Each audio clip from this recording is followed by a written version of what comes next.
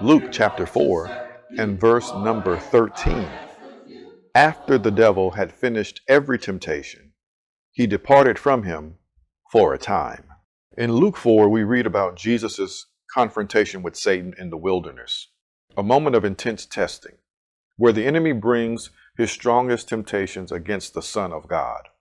After Jesus rebukes and resists Satan's temptations, we're told that the devil left him for a season. This phrase, for a season or for a time, suggests that Satan's attempts were not over.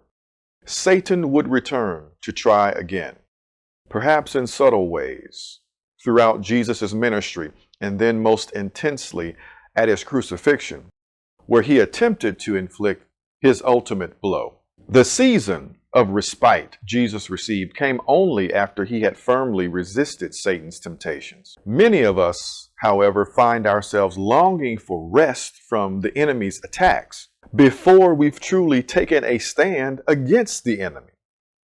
If we give in repeatedly without resisting, we often keep that door open for him to return quickly, which perpetuates a cycle of defeat.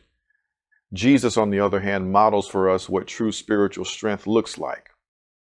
His steadfastness in the face of temptation not only brought a reprieve, but empowered him for future ministry ahead.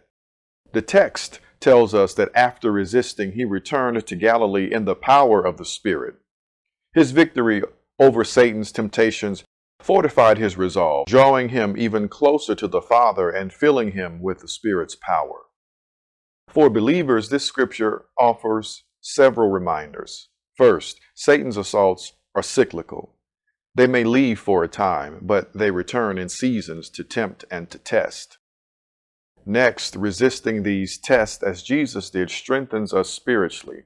It's in standing firm against temptation, especially during intense spiritual battles, that you and I cultivate the strength to experience the Spirit's power more fully in our lives.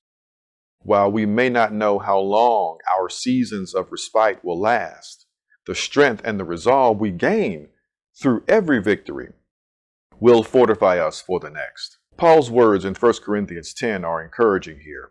God is faithful, and he will not allow you to be tempted beyond what you're able. But with temptation, he will also provide the way out so that you may be able to bear it.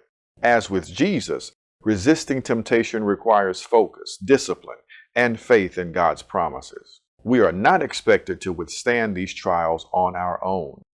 God's Spirit is with us, within us, guiding and strengthening us, equipping us to endure and promising seasons of respite. Jesus' ultimate victory came on the cross, where Satan's final blow was transformed into the very means by which salvation was achieved.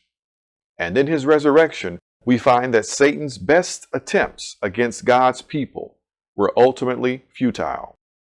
As we stand firm, looking to Jesus as our model and strength, him being the author and finisher of our faith, we can trust that every test endured brings us closer to the fullness of life and purpose God has promised for us through him.